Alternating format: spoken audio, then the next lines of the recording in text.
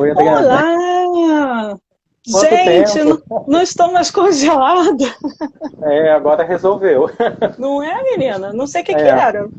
mas é algo, como é algo novo, né, também Gente, pra gente. E olha que a gente falou mais cedo, não vamos fazer teste não, porque tá deu tranquilo. certo, então vai dar certo, né? É, Aí, Adriana, no final, deixa eu atualizar aqui o cronograma, para poder a gente começar certinho. No final, a live, você vai verificar uma informação que é pedindo para salvar e você salva, tá. Sem tá? problemas. Então, o pessoal que está acompanhando, as pessoas estão entrando aos pouquinhos, eu só vou contextualizar a proposta de atividade, a gente faz uma apresentação da nossa convidada de hoje, desse Conversas. Na verdade, essa ideia surgiu como uma forma de compartilhar conhecimento, de colocar a gente um pouquinho em contato nesse período da quarentena, sobre o qual a gente vai falar aqui com a nossa professora convidada. Para quem não me conhece, eu sou o professor Antônio, sou professor do CAP, da UFRJ, e também do programa de pós-graduação em Letras Neolatinas, e essa ideia é voltada para os alunos, tanto do Colégio de Aplicação, quanto do programa de pós, que estão aqui acompanhando, que vão acompanhar essa conversa e vão poder também interagir. Seria legal que aqui nos comentários vocês nos dissessem de onde vocês estão falando, de que cidade, de que instituição, que ao longo também do debate vocês possam encaminhar perguntas, tá? A convidada de hoje é uma amiga, uma colega de trabalho, foi colega de trabalho e continua sendo, não mesmo a gente trabalhando atualmente na mesma instituição, mas Em eu vou fazer lugares diferentes. em lugares diferentes, mas eu vou fazer uma rápida apresentação do currículo da Adriana, para a gente não perder tempo, porque live é rápido, É. né? A live acaba sendo rápida demais. Bem, a Adriana ela é bacharel e licenciada em português e espanhol pela UFRJ, tem duas especializações em universidades espanholas, tudo da Adriana é duplo. Mestrado, um mestrado na UFRJ, dois doutorados, um deles ela acabou sendo orientada nada mais, nada menos pelo Antônio Quiles, na Universidade de Alcalá, e é doutora também em estudos da linguagem pela UF. E é professora de língua espanhola do Cefet Rio de Janeiro, atuando num curso de graduação muito interessante, que talvez a gente possa falar aqui, se der tempo, que é o curso de Línguas Estrangeiras Aplicadas, as negociações internacionais. Do Então, qual a o Adriana, Antônio é o pai, para quem não sabe. o pai que abandonou seu filho, mas isso O é filho outra já estava conversa. criado, o filho já O filho estava já estava criado. criado. E a conversa de hoje surgiu justamente para pensar esse momento que a gente vive, que para alguns esse momento da quarentena, da pandemia, é um momento de incertezas, de dúvidas, para outras pessoas é um momento que acabou despertando a criatividade, descobrindo novas, né, habilidades e competências, mas a proposição é pensar que nós, professores, já estamos aí há mais de 30 dias vivendo esse período, tendo que nos adaptar, alguns mais, outros menos, isso independente da disciplina, que é o foco da conversa são as línguas estrangeiras, mas acaba que professores e alunos estão tendo que se adaptar, e eu acho que a conversa, o bate-papo com a Adriana, com a reflexão que ela vai trazer, vai nos ajudar bastante a pensar o que o professor e o aluno também, né, o professor de espanhol ou de outras línguas, ou aprendiz de línguas, pode colocar em prática nesse período que a gente não sabe ainda quanto tempo, né, vai durar. Então, Adriana, muito obrigado desde já pelo aceite. Não, eu que agradeço, Antônio. É a primeira live que que eu É, estou fazendo, a sua é a segunda, né? eu Então, pensei justamente assim, naquele tempo nosso de TV Escola, a gente sempre queria estar ao vivo junto, não é? não foi A possível, gente agora nunca estamos. coincidiu. Sim, sim, sim. Nunca coincidimos num programa ao vivo, né? Digamos. Então, Sim, pelo sim. menos agora sim. Por que eu, em primeiro lugar, muito obrigada, né? É um prazer, pelo menos te ver assim, já que a gente não pode mais ter contato por enquanto, pelo menos te ver assim pelo vídeo, é ótimo. Por que eu quis trazer esse tema do aprendendo espanhol na quarentena? Primeiro, porque hoje em dia você pode aprender qualquer coisa, né, que você queira, pode aprender a tocar um instrumento, você pode aprender a cozinhar, você pode aprender artesanato, mas nós professores, se a gente for fazer uma análise da evolução de qualquer material para a evolução de uma sala de aula, a gente vai ver que a gente ainda está muito defasado em muitos aspectos. porque a pandemia pegou todos os professores de surpresa, porque a gente tem colegas que tiveram que, de uma hora para outra, aprender a fazer vídeo, aprender a editar vídeo, aprender a produzir vídeo, aprender a dar aula em ambientes virtuais de aprendizagem, e eles estavam acostumados com aquela questão do quadro, né, da aula presencial. E como eu trabalho com essa questão das novas tecnologias, muitas vezes eu vejo que muitos professores não têm uma afinidade muito grande, né? E eu sempre digo para os meus alunos nas turmas de pós, por exemplo, né, de novas tecnologias, se a gente lembrar como é que o garçom anotava o pedido no restaurante, o que a gente vai ter? A gente vai ter que ele tinha um papelzinho, um lápis e anotava. Hoje em dia, quando a gente puder voltar aí a restaurantes, a gente vai perceber que ou ele tem um tablet, ou ele anota diretamente clicando na tela de um computador que ele tenha na mesa dele. Imagine se esse profissional, quando surgissem essas tecnologias, o profissional dissesse: ah, não, isso eu não vou aprender, não.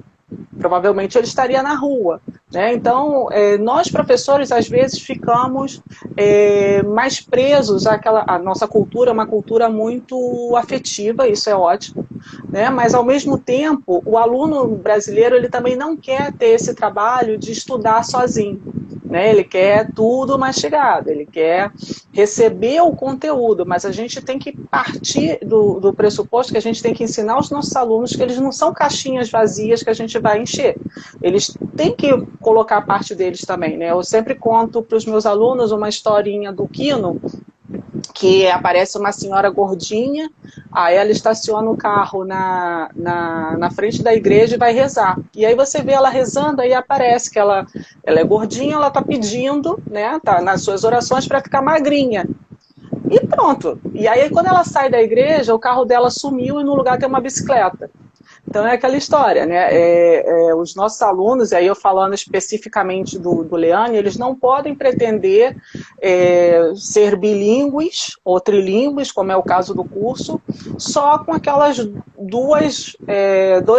4 tempos de aula por semana nos primeiros períodos e 2 tempos nos últimos. Ou seja, eles têm que colocar também muito deles e nós, professores, temos que conseguir ensiná-los a aprender.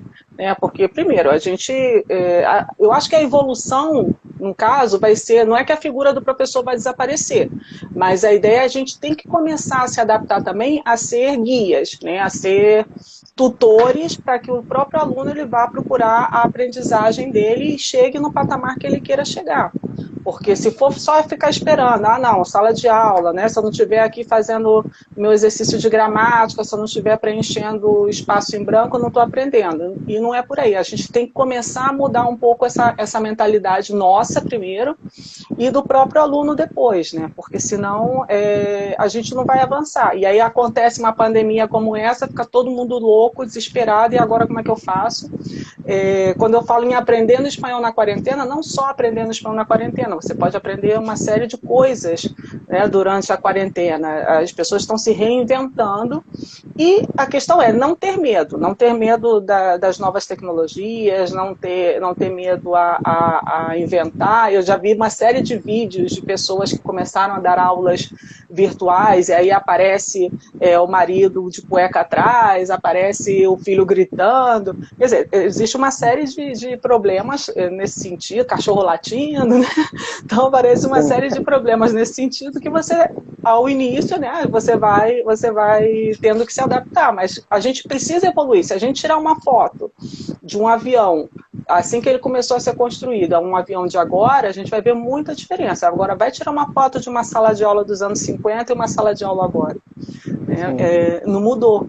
Então, a minha provocação, digamos assim, é basicamente no sentido de que, ok, é verdade que a parte afetiva, a parte presencial, né, tem aquele aluno que se esforça mais porque ele gosta do professor, tem aquele aluno que quer se destacar, que quer ressaltar, e isso vem do contato, da amizade que muitas vezes a gente tem com os alunos, mas ao mesmo tempo, esse aluno ele tem que começar a andar com as próprias pernas, né? E aí, quando eu falo de aluno, não são os alunos, os próprios professores também, quando eles viram aluno, né, a gente sabe, e você se pega fazendo coisas que você critica nos seus alunos, né? Eu agora estou fazendo uma especialização em produção e uso de tecnologias na educação, e eu acho muito engraçado, porque eu vejo a participação nos fóruns e os professores com anos de experiência reclamando de, porque tem muita tarefa, porque eu tenho que ler muito,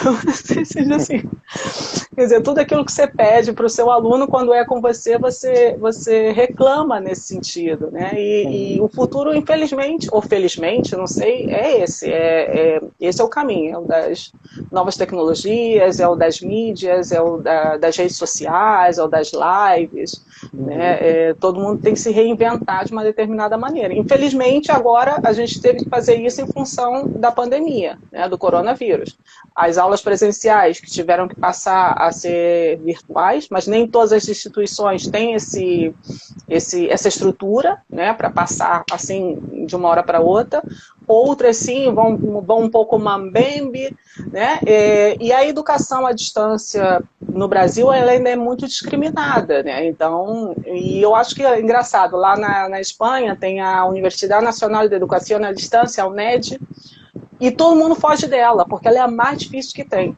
Porque você tem que ser muito autodidata, você tem que ter toda uma estrutura para você seguir um curso à distância, né? Porque você não vai ter o professor ali te cobrando, você não vai ter ninguém exigindo que você entregue nada. Você que tem que fazer a tua agenda, o teu horário e vambora. Né? E hoje em dia, com essa questão da internet, ela ajuda também quando eu falo de aprendendo espanhol na quarentena, a quantidade de filmes que tem em língua espanhola, de séries, música tocando no rádio. Então, é aquela questão de você procurar mesmo os seus interesses e focar nisso. Eu não sei como é que... E uma coisa, Antônio, interessante, você que trabalha muito com essa questão de formação de professores.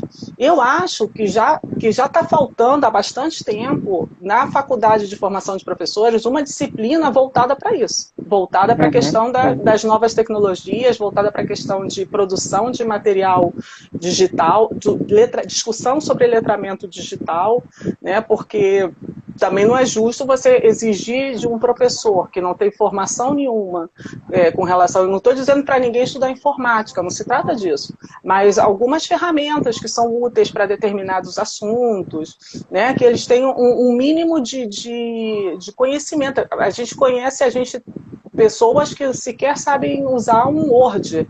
Ou seja, todas as funções que tem um Word, por exemplo, ou não sabe colocar vínculo no PowerPoint. Isso é demérito? Não. Mas às vezes ele não teve a oportunidade de aprender a fazer isso. Né? Se é uma pessoa mais curiosa, vai no Futucation, como digo eu, e aperta dali, aperta de cá, desaparece uma coisa, volta outra, mas deveria haver uma disciplina mais atual nesse sentido de mídias digitais, de ferramentas multimídia para o professor. Eu acho que seria bem interessante.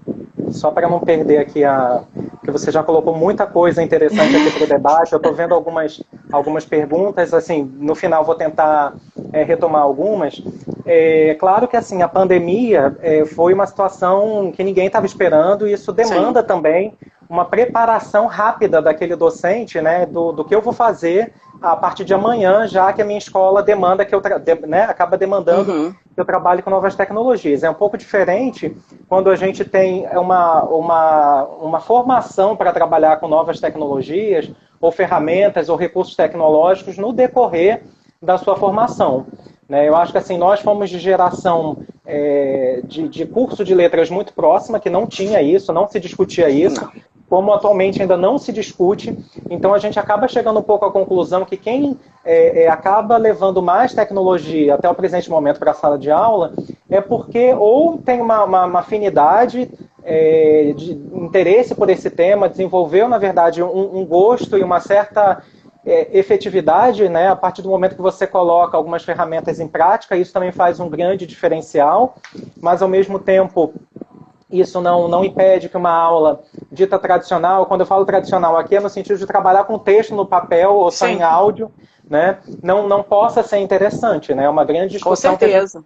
que a gente faz, né? Porque assim, o que vem acontecendo agora na atualidade, você colocou muito bem, assim, de uma forma que ninguém estava esperando, é de um professor que de uma hora para outra ele tem que ser quase um youtuber, né? Ele tem que gravar vídeo, e aí tem muita gente que não lida muito bem com câmera, com ao vivo. Eu estava lendo ontem um relato de um casal que são pais professores que têm filhos em casa, e ao mesmo tempo que eles têm que gravar aulas, e aí tem que controlar, né, os alunos usando microfone, fone, todo mundo querendo falar ao mesmo tempo, mas com os filhos ainda em casa, então não é algo fácil, mas ao mesmo tempo como a gente pode pensar alternativas, né, de trabalho, sendo que há ausência, como você falou, né, assim, não só as novas tecnologias, vários outros assuntos deixaram de ser tratados ao longo do tempo. Então, talvez assim, a própria pandemia vai mostrar que, a partir de agora, a gente tem que pensar, por exemplo, letramento digital desse professor. Mesmo que talvez não tenha uma disciplina específica,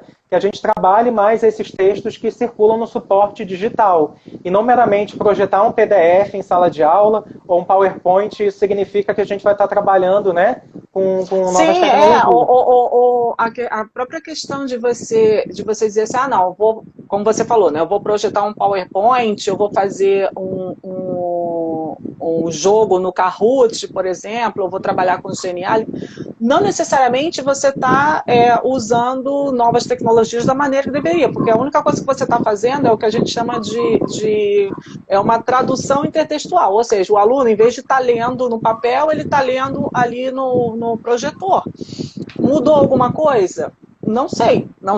E aí não sei até que ponto. Quando eu falo de novas tecnologias, para um letramento digital desse futuro docente, é justamente isso, é você conseguir discernir o que vai ser útil na tua sala de aula, porque às vezes você quer levar muitas coisas e aquilo supõe um problema, não só para você, que ainda não domina muito aquele tipo de ferramenta, mas também para o teu aluno, porque ele vai ter que aprender a utilizar aquela ferramenta para depois entender o que você está explicando com o uso dela, né? Então, é o que eu sempre digo, você tem que levar para a sala de aula só aquilo que realmente vai facilitar o teu trabalho docente, né? E que vai levar para o teu aluno aquela questão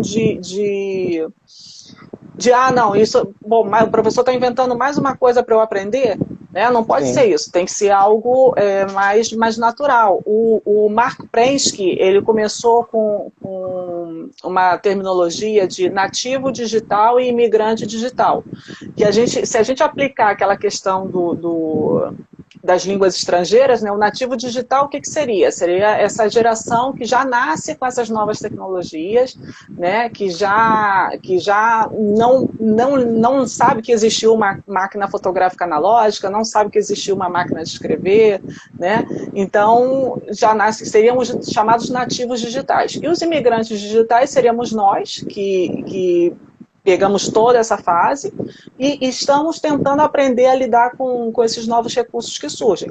Só que ele mesmo viu que essa nomenclatura já não tem muita lógica, porque ela traz algo de preconceito, né, de separação, e sim que nós somos todos homo sapiens digital, né? Então, é aquela história de todo mundo pode aprender. Então, da mesma forma que você aprende uma língua estrangeira, você também pode aprender a lidar com as novas tecnologias, porque é uma linguagem diferente, né? Se a gente for parar para pensar, é uma linguagem diferente nesse sentido e que facilita. A ideia é facilitar a tua vida e a vida do teu aluno, e não te prejudicar ou dar mais trabalho, porque eu entendo que muita gente tem um pouco de receio e de temor nesse sentido. Eu sempre digo a mesma coisa, gente, olha só, o computador não vai morder ninguém, se sumir um arquivo você recupera de outra forma, as nuvens estão aí para isso, volta, dá um ESC, assim, sai apertando o botão,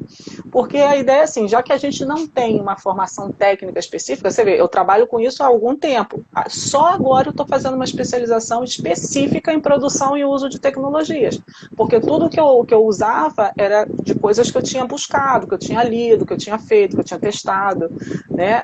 Mas foi aquilo que você falou, não é todo mundo que tem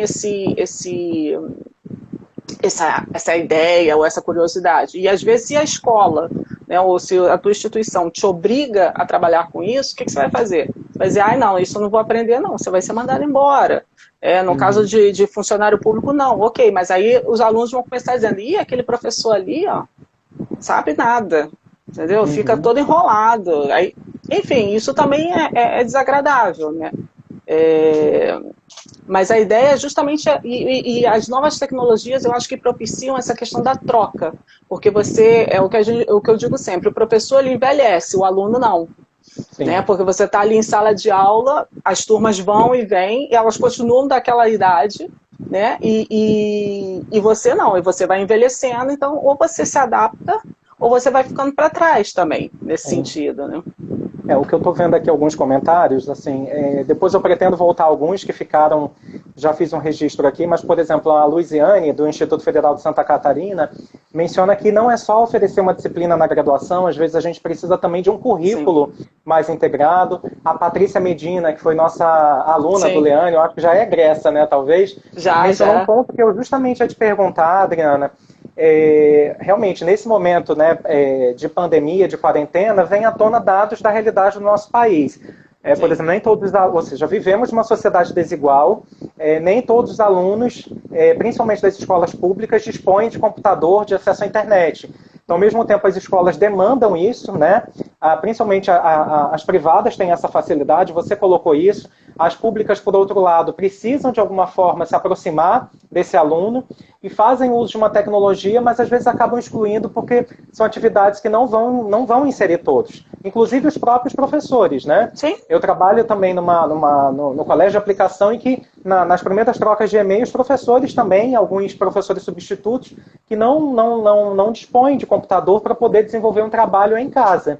Então, ao mesmo tempo que demanda do professor conhecimento tecnológico, que ele elabore atividades para o ensino remoto, mas nem todo mundo também dispõe de recurso e, às vezes, nesse momento pandêmico, dessa tranquilidade para estudar. Eu acho que é algo que também sem que a gente não pode esquecer, né? Não, e mais que isso, por exemplo, a gente estava falando da questão da escola particular, né? Ela tem mais recursos, os alunos provavelmente têm um poder aquisitivo maior, mas no caso da realidade das escolas públicas, a gente sabe que tem aluno que às vezes não tem nem dinheiro de passagem para ir para a escola, que dirá um computador, que dirá um Wi-Fi. Então, até por isso eu entendo que as escolas públicas não estejam de acordo com que as aulas passassem a ser virtuais de uma hora para outra, porque senão não seria justo, né, com as turmas de médio, imagina, de ensino médio, que são 40, 45 alunos, você ia alcançar quantos? 5, no máximo? Seria justo com os outros 40 que não têm acesso? Enfim, ia ser muito complicado. A gente não consegue. A diferença, por exemplo, dos Estados Unidos, que os alunos vão com seu notebook, cada um com seu notebook abre e todo mundo. Você tem acesso à internet em qualquer bar. Aqui no Brasil a gente sabe que não é assim, né? Então, ou então um professor que tem uma turma menor, né? No caso da graduação, as turmas de último período, por exemplo, do Leane, que são 10 alunos, 12 alunos, você diz, ok, vou fazer aqui por Skype, vou fazer um teste, vou fazer uma aula virtual. Talvez todos consigam entrar, mas mesmo assim, para você gerir esse tipo de coisa, um faz uma pergunta, o outro fala também, aí você silencia todo mundo, não, peraí gente, só eu vou falar. E aí a gente volta, mesmo a gente usando uma nova tecnologia, chamada nova tecnologia, a gente volta àquelas aulas de antes, na qual só o professor falava. Porque é muito difícil esse tipo de interação com um grupo de mais de 10 pessoas, por exemplo. Né? Então, e aí você tem um retrocesso muito grande também, porque a gente parte do princípio que o professor sabe tudo, só ele fala, ele fica ali aquelas 2 horas falando, o aluno até tenta fazer alguma pergunta num chat ou num comentário, mas acabou aquele tempo de aula, acabou. Né? Então, é bem complicado nesse sentido.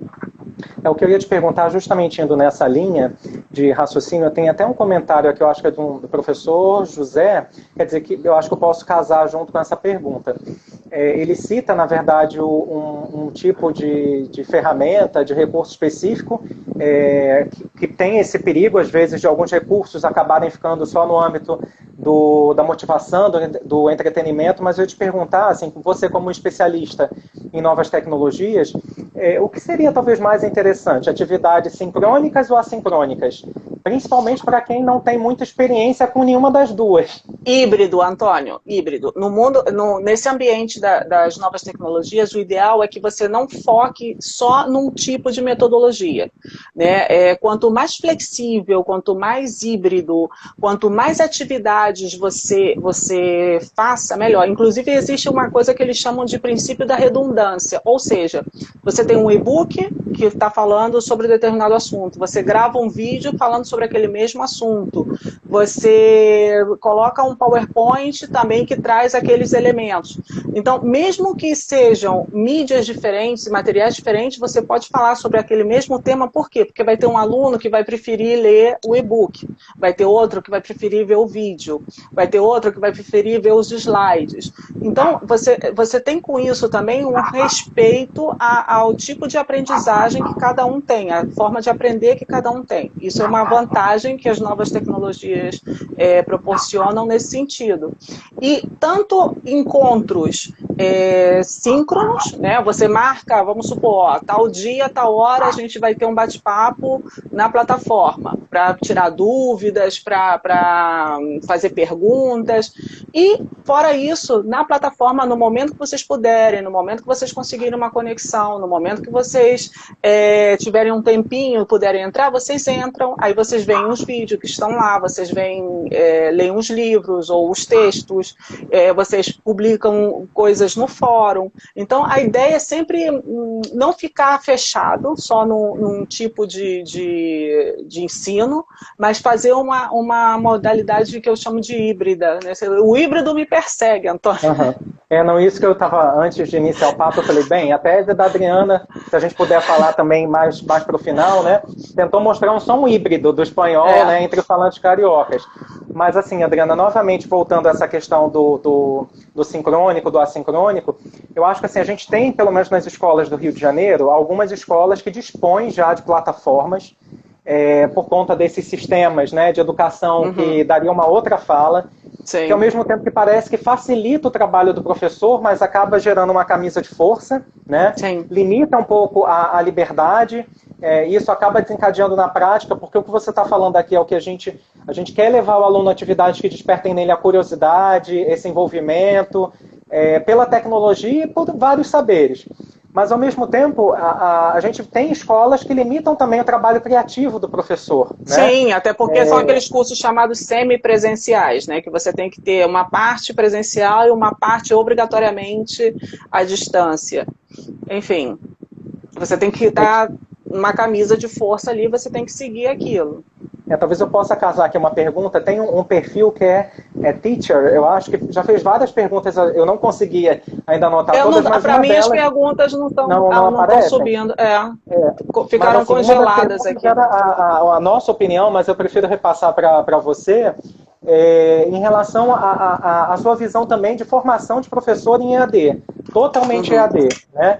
E aí esse mesmo perfil questionou aqui a nossa opinião em relação à fluência. O que seria ser fluente em espanhol?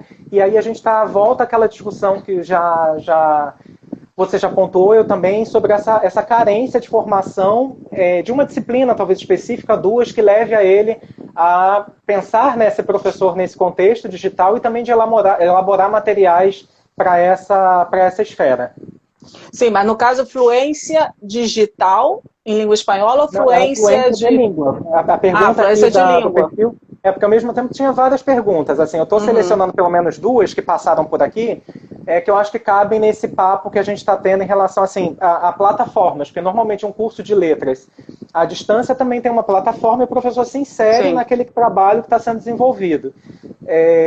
O que é perigoso, mas ao mesmo tempo é o único recurso às vezes que ele dispõe, né? E aí é o grande dilema que que vivemos todos nós professores que trabalhamos em, às vezes, instituições que limitam também, dependendo, assim, você não tem tanto, a plataforma não te oferece tantos recursos, às vezes a própria plataforma é limitada, às vezes como com o Moodle, certeza. por exemplo. O Né? Moodle, que é o mais utilizado, inclusive, ele tem uma série de limitações, porque o que é o Moodle? O Moodle eu chamo de lugar onde você coloca coisas, né? E o aluno acessa.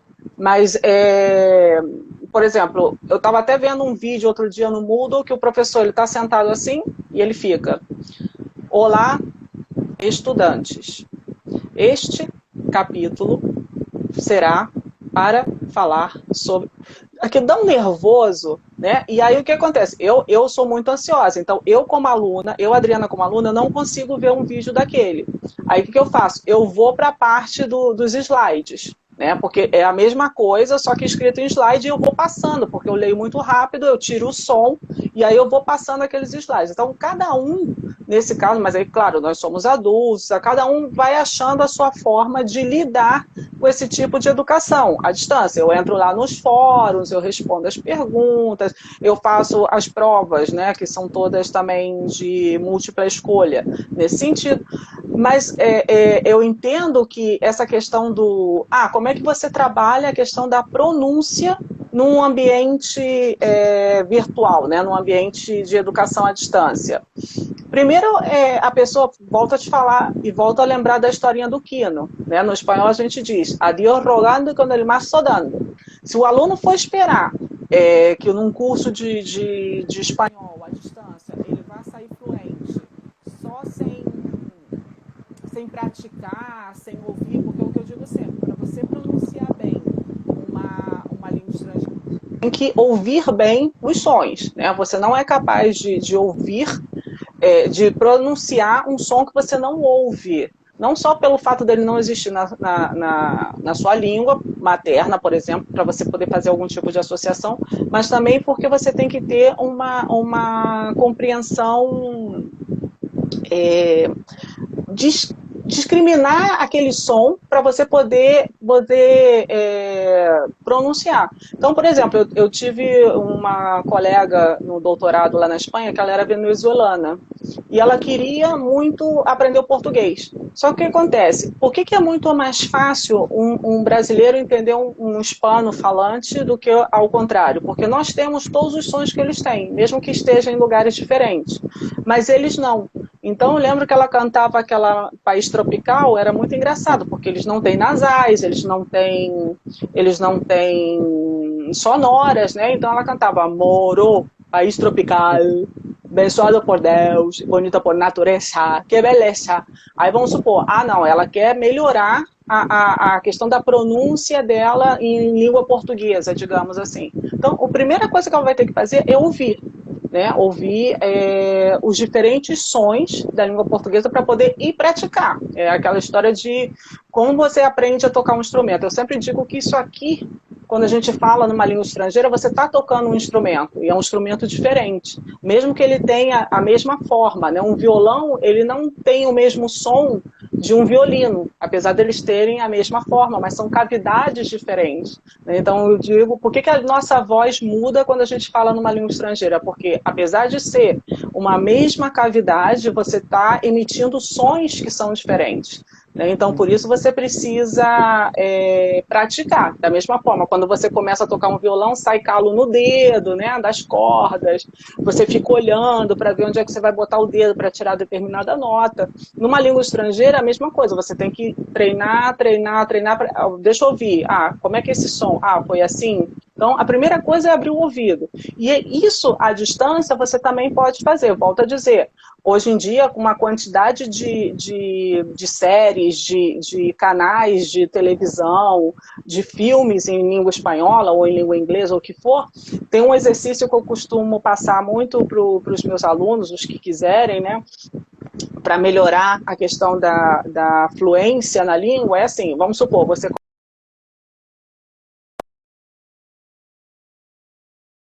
Acho que a Adriana... Um pouquinho, a Adriana está me ouvindo? E agora, voltou? Boa.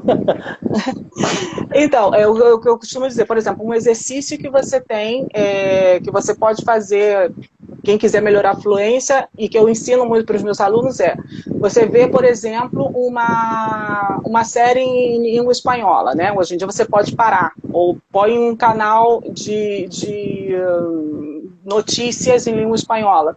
E aí vamos supor, o apresentador diz lá, ha llegado a las costas espanholas una patera com 300 imigrantes. Aí você dá um pause e você repete. Ha llegado a las costas espanholas una patera com 300 imigrantes. Assim, é o que eu digo, ad perpétuum, 1000 vezes por dia. Porque da mesma forma que se você quiser tocar bem um violão, você tem que treinar, treinar, treinar, ao ponto de você não precisar mais olhar para as cordas, dos teus dedos não doerem mais, a mesma coisa é uma língua estrangeira. Né? Se você quiser melhorar a tua fluência, a tua pronúncia, primeiro você tem que ouvir aquele som. E depois você tem que treinar, treinar, treinar, até o teu ouvido dizer, ah não, tá bem parecido. Não precisa ser igual, porque isso não existe, mas tá bem parecido. Ou que seja, tem uma pessoa dizendo que melhor ver de países latino-americanos, com certeza, também. Tem uma série de material. Não, isso que é interessante pensar. Adriana, antes de eu levantar esse comentário, o meu cronômetro estava parado. Você pode ver aí no seu, eu perdi totalmente aqui. Viu as dificuldades tecnológicas?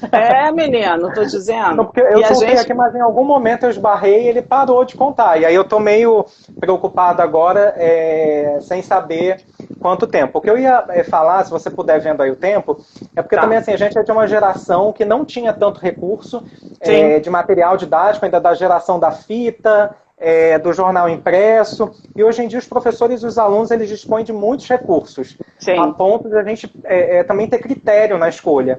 Então, aqui eu acho que nós temos um público, por exemplo, meu próprio sobrinho falou La Casa de Papel, então tá online, já é da geração dele, então também como ajudar professores e alunos a fazer esses recortes, assim, o que pode ser interessante, tudo é interessante, ou não é interessante. Não. Né? Pois a questão primeiro vai um pouco também do seu gosto pessoal, né? E tem gente que diz assim, mas eu não vi La Casa de Papel, eu não sei nada da La Casa de Papel. Ok, mas se todos os teus alunos estão vendo, se todos os teus alunos estão falando disso, tem uma pessoa que está ajudando, realmente, já tem 45 minutos. Então, quase faltando aí uns 15 minutos, né? Sim.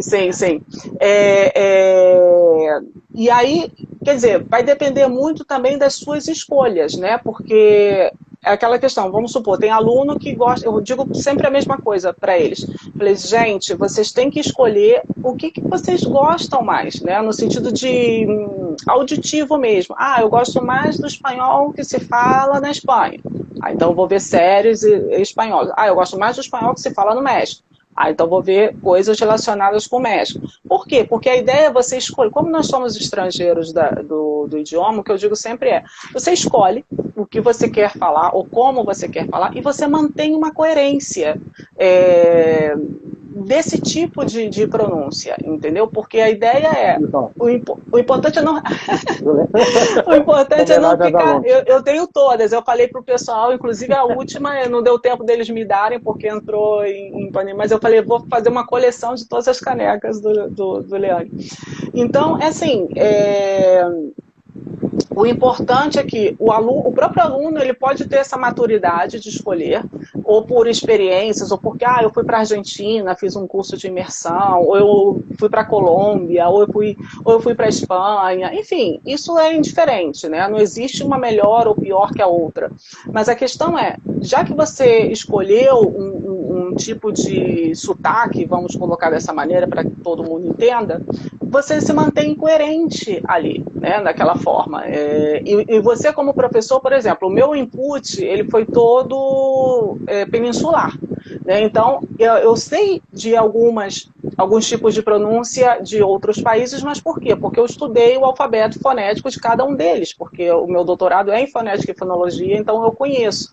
Mas a pessoa, o professor, ele não precisa desse tipo de formação, mas ele precisa, sim, saber qual é a variedade, digamos, e dizer para o aluno, né? Não sei se você lembra, no Congresso da Paraíba, que quando o aluno pergunta, professora, que espanhol que a gente vai aprender? A professora falou, o espanhol da Paraíba. Uhum. Mas é isso, né? No Rio, que espanhol se aprende? O espanhol do Rio. Em São Paulo, que espanhol se aprende? O espanhol de São Paulo. Por quê? Porque eu acho que em relação a isso também demanda tempo, né? Às vezes, assim, professores Sim. e alunos muito ansiosos em relação a essa questão, né? De ter uma pronúncia perfeita, o que é muito difícil, né? Impossível, em alguns casos, de aceitar também até porque o espanhol que você está construindo, isso, né? não existe isso. Mas é mostrar que isso demanda um tempo, de você conhecer também esses repertórios, né? É o que eu falo, é a questão do instrumento musical. Você está tocando um instrumento musical, se você quer ser muito bom naquilo que você faz, você tem que se dedicar a isso. E para se dedicar a isso, você precisa treinar. É questão de hábito de treino, de hábito de treino, de hábito de treino. Não tem outra... Existem pessoas que têm talvez uma facilidade maior para entender, tem uma discriminação auditiva um pouco melhor, mas quem não tem, tem que abrir o ouvido, né? Tem que treinar. Isso é treinamento, é você... É o que eu digo, quando eu passo os trava-línguas, né, para os meus alunos, eu digo, gente, vocês estão aí no banheiro, em vez de tomando banho, em vez de cantar no chuveiro, você faz um trava-língua, vai tíquero na tica tiquita, tiquita na chaqueta é tique. Porque depois de um tempo, no início você tem que exagerar mesmo, mas depois de um tempo os teus órgãos, né, que estão dentro do que que envolvem a fala, eles vão no ponto certinho. Volto a dizer, quando a pessoa aprende a dirigir, né, eu lembro quando eu aprendi a dirigir, o professor, eu falava assim, mas como é que eu sei quando é que eu vou passar a marcha? Aí o professor dizia assim, não, o carro vai te avisar, ele vai pedir a marcha. Eu falei assim, não, pô, o carro não fala, como é que ele vai me pedir a marcha? Aí depois de um tempo, quando você vai aprendendo, você vê que o carro começa, aí você diz, tá pedindo que eu mude de marcha. Então, a mesma coisa quando você vai falar uma língua estrangeira. Né? No início você vai ficar, a língua toca no dente, mas depois ela vai sozinha, com o tempo e com a prática. Né? E o que eu falo muito sons que distinguem significados, esses têm que ser mais trabalhados. Né? Não é a mesma coisa ter um amigo chamado Ramon e comer jamón. Né? Então, eu costumo muito fazer, né, especificamente em sons que vão prejudicar a comunicação, porque isso que é importante. Agora, se você vai falar yo me chamo, yo me llamo, yo me llamo, isso não é importante, por quê? Sempre que você fale da mesma maneira, sempre. Mas se o outro vai te entender, tá perfeito. Sim.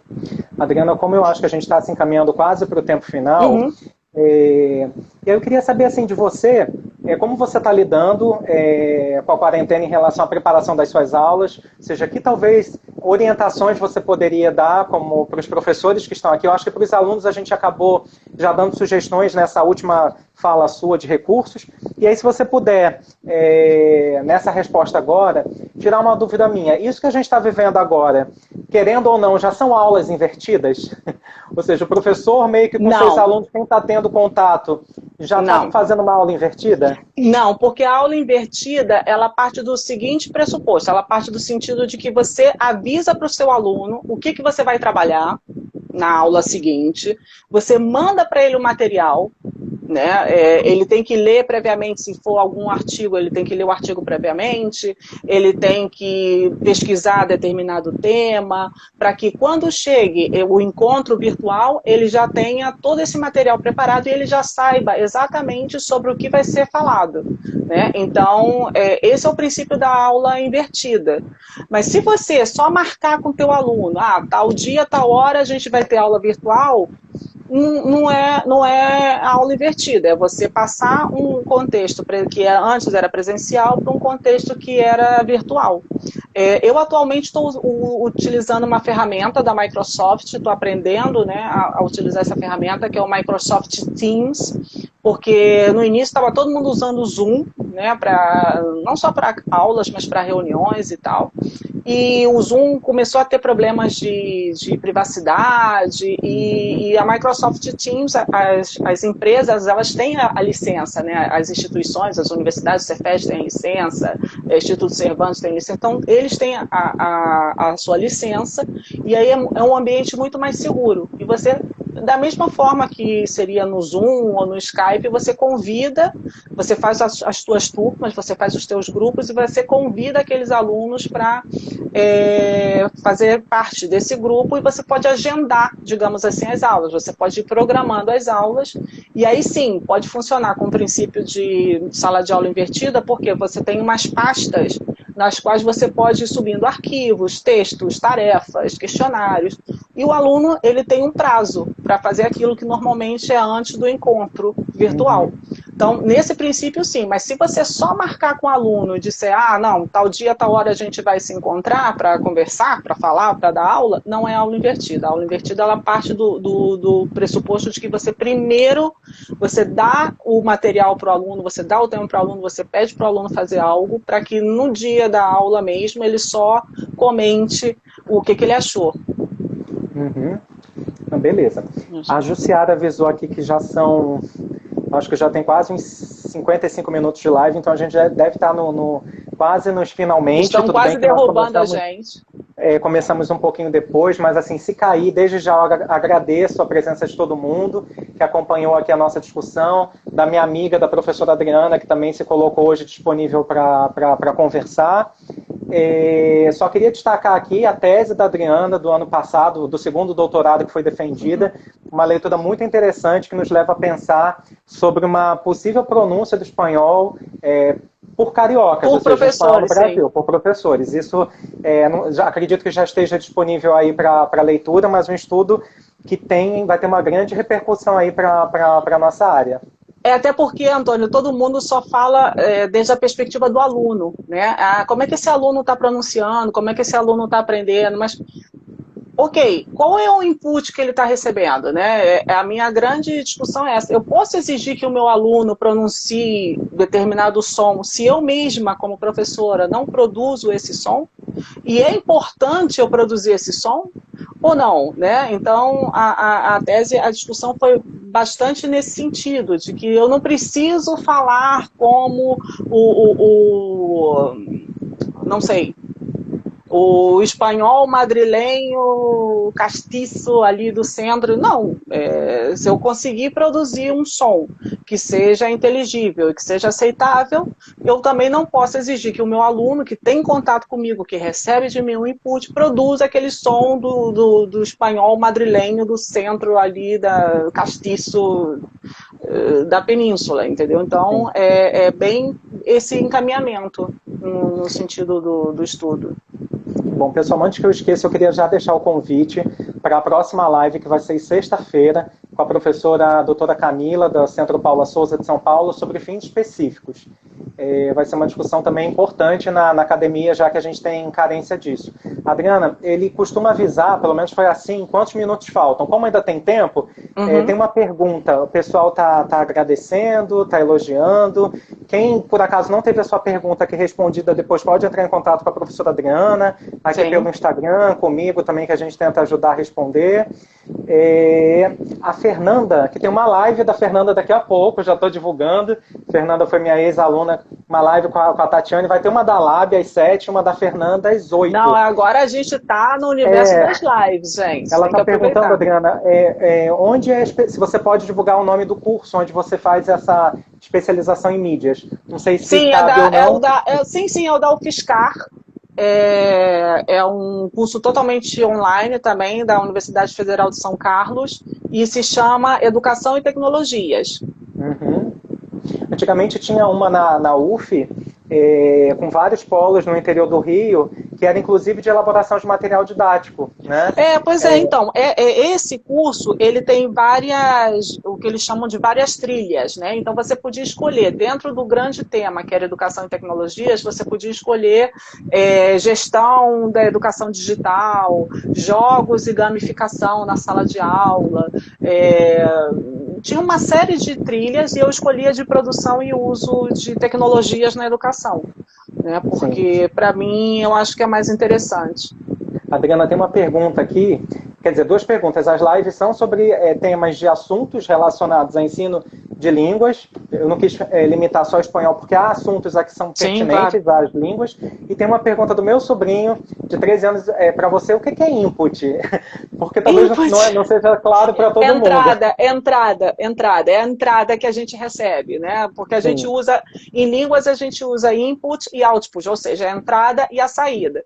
Então, a entrada de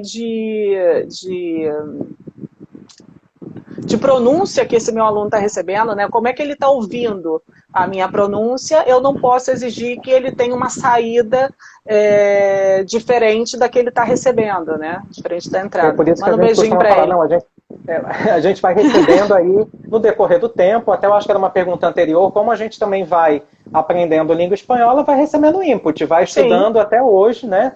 E se surpreendendo com novidades da língua. Inclusive, eu acho muito engraçado quando eu vejo esses anúncios de cursos de aprenda espanhol em 15 dias. Eu falei, caraca, eu estou mais de 20 anos estudando e não aprendi direito, imagina. Tem só uma pergunta, eu acho, uma curiosidade do Anderson.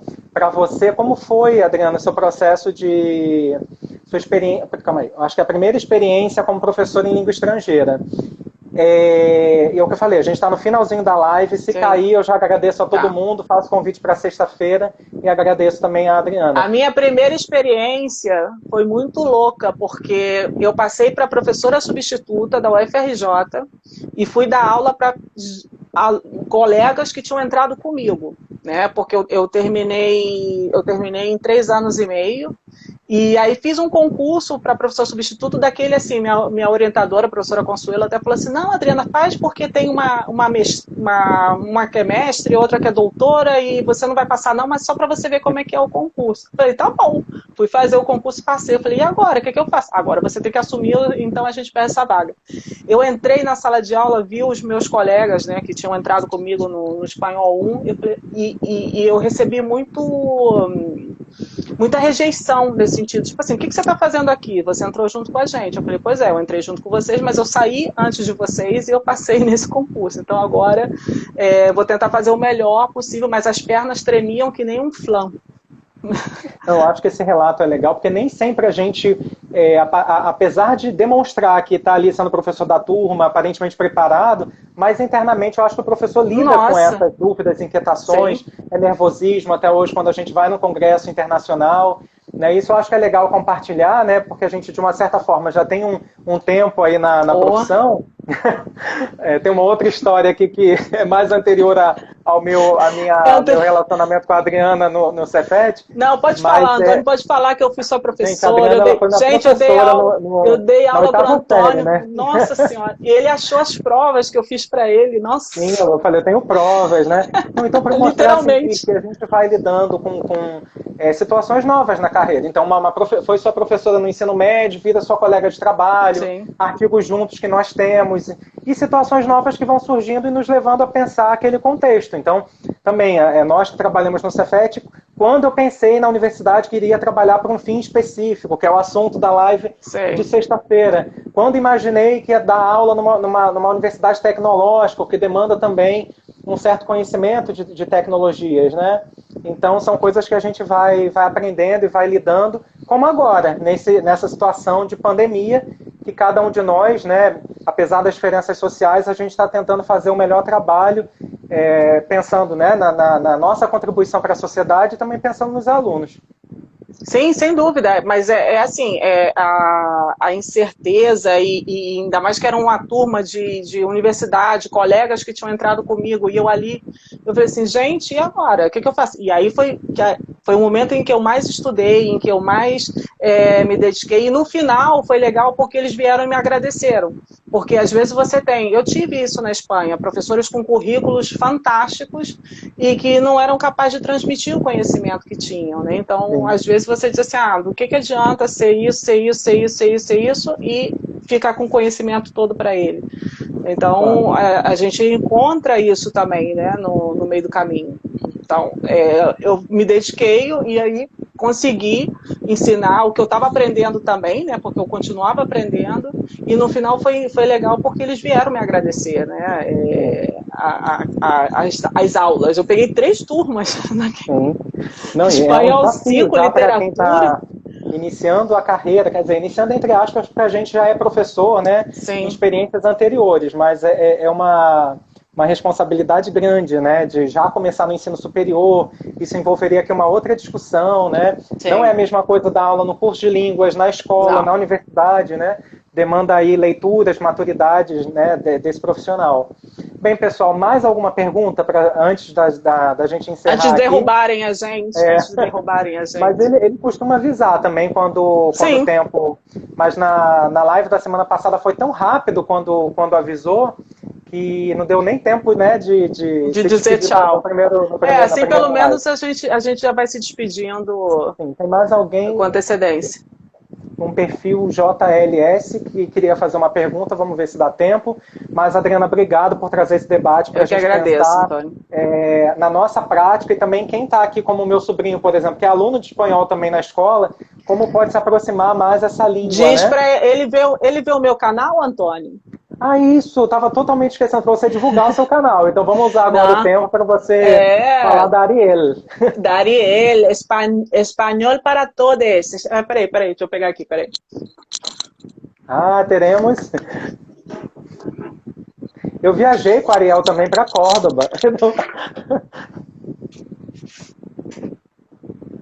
Obrigado, Rosângela, Amanda, que estão aqui falando das lives. Não sei se dá para ver. Eu escolhi Letras por Amor. Vamos lá, olha o nome do canal da Adriana. Tá ao contrário, mas dá para ver, né? Sim, Então, esse espanhol para aqui, todos. para todos. Tem perfil no Instagram, tem canal no YouTube. Eu Tem criei uma vídeos. personagem. Então, tem vários vídeos. Eu criei uma personagem que é uma super professora, com a ajuda do Matheus Vieira, querido Matheus Vieira, aluno nosso lá do Leane. E é isso, são vídeos curtinhos, porque eu vi que os vídeos, normalmente, dos cursos que tem, né, no YouTube de espanhol, são vídeos, eu acho chatos, né? Eu acho longos, eu acho chatos, eu acho aquela coisa que trata o aluno um pouco como débil mental, e a gente sabe que o aluno brasileiro, ele não parte do zero no espanhol, né? A gente tem que focar nas diferenças, eu acho, nos contrastes, para evitar que determinados, não digo erros, determinadas inadequações se fossilizem, né? Para que ele não pense, será que eu estou falando português ou estou falando espanhol? Né? Mas isso acontece não só com brasileiro. Eu que dei aula eu tive alunos de várias nacionalidades. Meus alunos italianos, eles diziam: "Ma professora, eu não sei se parlo italiano, espanhol, porque a gente me entende". Então, o mesmo problema que nós brasileiros temos com o espanhol, os italianos têm com o espanhol também, por exemplo. Então, é bem aquela questão de conseguir separar os chips, né, dentro da cabeça, tirar um chip e botar outro. Então, o canal, ele parte muito desse princípio. São pequenos pontos que eu acho que são importantes para fazer essa diferença entre uma língua e outra, porque elas são muito próximas, às vezes ajuda, mas às vezes atrapalha. E a ideia é trabalhar desde uma perspectiva lúdica também. Não, e tem pessoas aqui presentes na live já informando que usaram o seu canal, os seus vídeos para usar em sala. É muito Que bom quando tem legal! um retorno, né? Com certeza. E olha, anterior. quanto mais crítica, quanto mais sugestões, quanto mais comentário, coisas que vocês quiserem que a gente trabalhe, é só avisar que a gente faz. E o bom das redes é isso, né? Possibilitar um contato próximo, né? Deixa eu ver aqui. Não, uma pergunta desse perfil JLS era sobre a questão de fusão de línguas em alguns países que tem não só o espanhol, mas as línguas indígenas, como é o caso do Peru, do Paraguai. Eu acho que foi mais um comentário. E alguém perguntando, ele mesmo, se essa abordagem acadêmica, mas qual? Você disse das tecnologias, aqui no Brasil tem cursos de pós-graduação na área de novas tecnologias, que foi um pouco o que a gente falou aqui, né? E já em relação a línguas de contato, por exemplo, é uma das linhas de pesquisa do programa de letras neolatinas. cada vez Sim. mais, né? Quer dizer, a gente quer romper as fronteiras, essas fronteiras imaginárias que existem aí entre essas línguas, né? Inclusive, eu não sei se vai dar tempo, no Congresso Internacional de Língua Espanhola lá de Córdoba, eu tive contato com o poeta uruguaio Fabián Severo, né? Eu não sei se vocês conhecem, e ele escreve em portunhol. Ou seja, o portunhol que a gente vê aqui, que a gente pensa aqui, diz que é um espanhol mal falado, né? Ou um português com sotaque de espanhol, mas não é. Na região de fronteira Brasil e Uruguai, o portunhol é uma língua, né? Então, caso alguém tenha interesse em os poemas dele e os textos são lindíssimos, é só procurar Fabián Severo, ó, queda 28 segundos, Antônio, 26. Então tem que dar um beijo. Então, fica aí Fica aí a dica. dica do Fabián Adriana, Severo. salva a live. Pode deixar, vou Beijo, salvar pessoal. e vou compartilhar com obrigado, você. Adriana. Obrigado aí todo mundo Nada, que acompanhou. eu que agradeço o convite. Tchau, Tchau, tchau. tchau. 10, 9, 8, contagem regressiva. Vou sair aí, você salva. Tchau, tchau. Tá bom, pode deixar. Tchau.